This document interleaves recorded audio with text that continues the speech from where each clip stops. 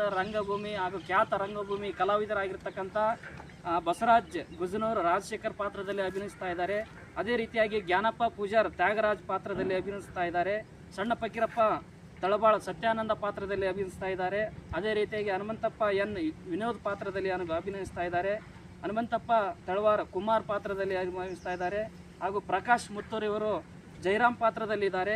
ಹಾಗೂ ರಮೇಶ್ ಶ್ರೀರಾಮ್ ಪಾತ್ರದಲ್ಲಿ, ಅವಿನಾಳಪ್ಪ ಅನ್ಸಿ ಸಿದ್ಧಲಿಂಗ ಪಾತ್ರದಲ್ಲಿ, ಹನುಮಂತಪ್ಪ ಅನ್ಸಿ ಗಜೇಂದ್ರ ಪಾತ್ರದಲ್ಲಿ, ಸುದೀಪ್ ಕೆ ಅವರು ವಿಜಯ್ ಪಾತ್ರದಲ್ಲಿ, ಹಾಗೂ ರಂಜಿತಾ ಪ್ರೇಮ ಪಾತ್ರದಲ್ಲಿ, ಸೌಮ್ಯ ರಾಜಶ್ರೀ ಪಾತ್ರದಲ್ಲಿ, ಪೂಜಾ ಜ್ಯೋತಿ ಪಾತ್ರದಲ್ಲಿ ಇವರು ಅಭಿನಯಿಸ್ತಾ ಇದ್ದಾರೆ.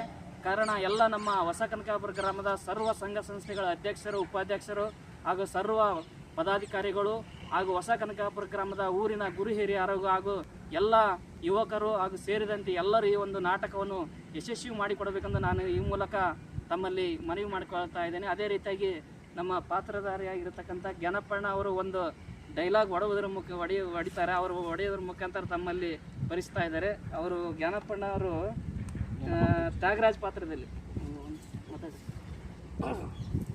ಬಡ ಬಡ